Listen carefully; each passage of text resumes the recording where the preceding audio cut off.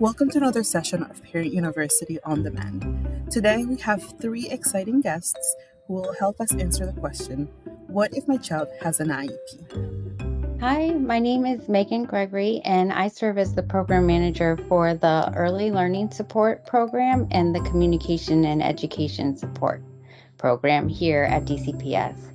My team's job is to provide support to teachers and other staff to deliver specialized instruction to students who are in self-contained settings.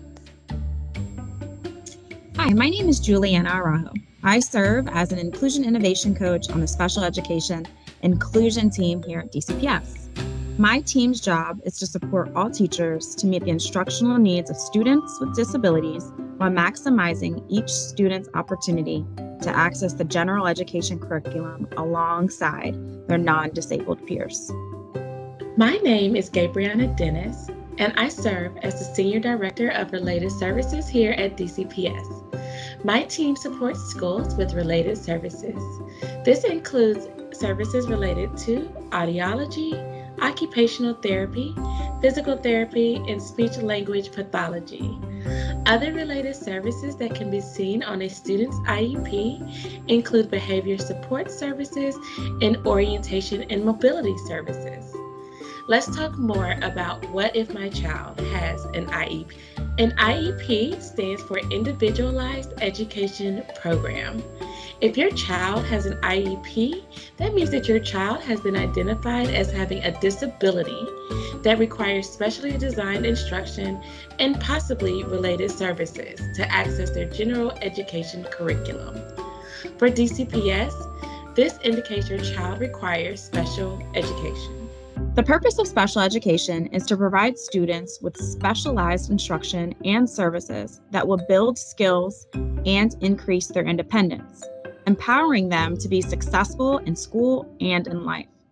While some students will receive special education services until they graduate or age out of special education service eligibility when they turn 22, many students will require fewer and less intensive supports as they build academic and social-emotional skills that increase their ability to access and progress within the general education curriculum.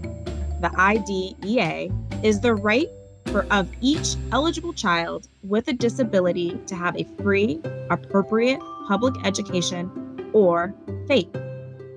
FAPE is provided through the development of an individualized education program, or IEP. That is based on the individual needs of your child and that is delivered in the least restrictive environment, or LRE. The IEP is developed by a team or school staff, parents and guardians, and your child as appropriate.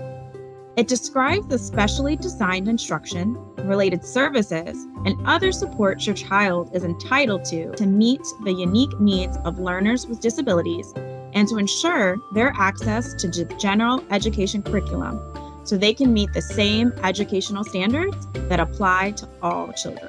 According to IDEA, related services means transportation and such developmental, corrective, and other supportive services as are required to assist a child with a disability to benefit from special education.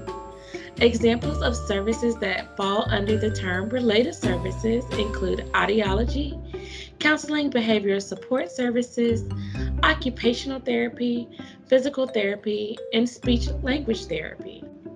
The appropriateness of related services on an IEP are determined based on current data that indicates an educational impact on both the child's academic achievement and functional performance for the area of concern.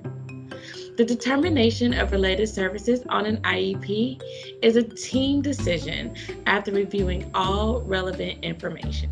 Specialized instruction is provided to students as prescribed by their Individualized Education Program, or IEP.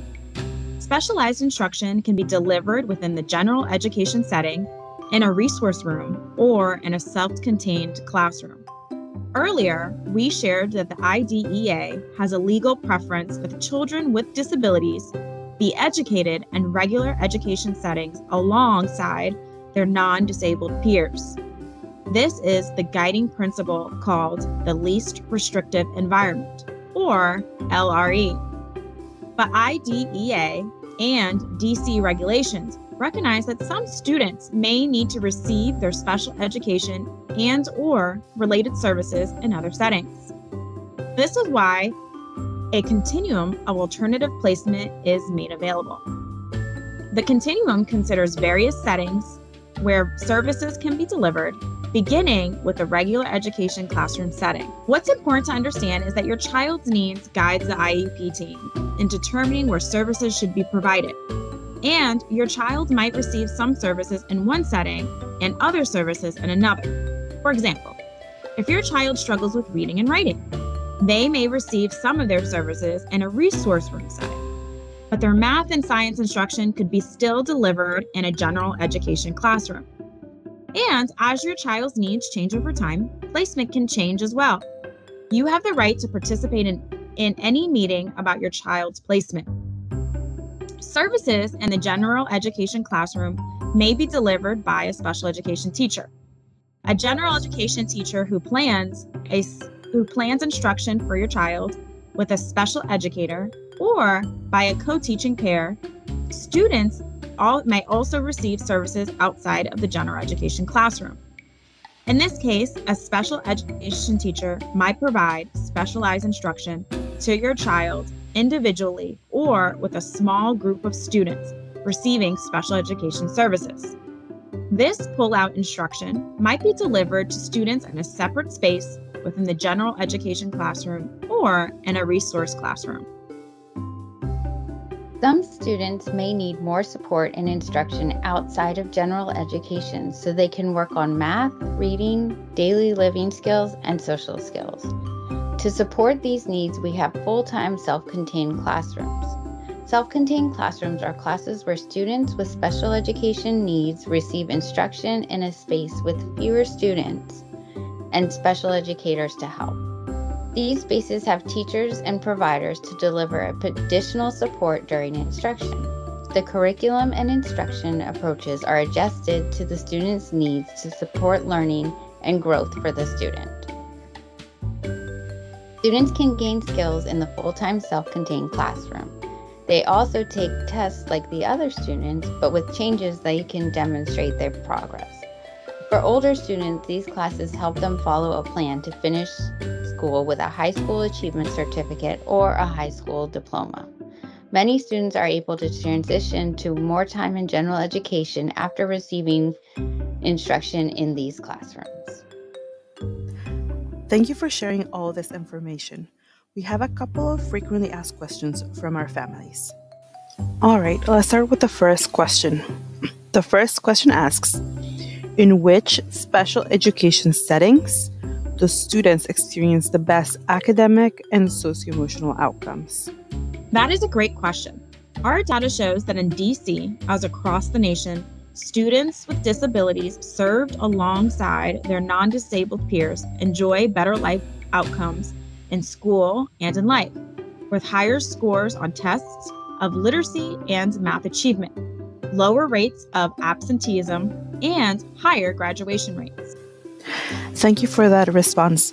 We have another question. This question says, will related services always be on my child's IEP? All right, that is a very good question. Related services prescriptions on an IEP are determined at least annually based on whether the student demonstrates a disability or disorder for the related service area.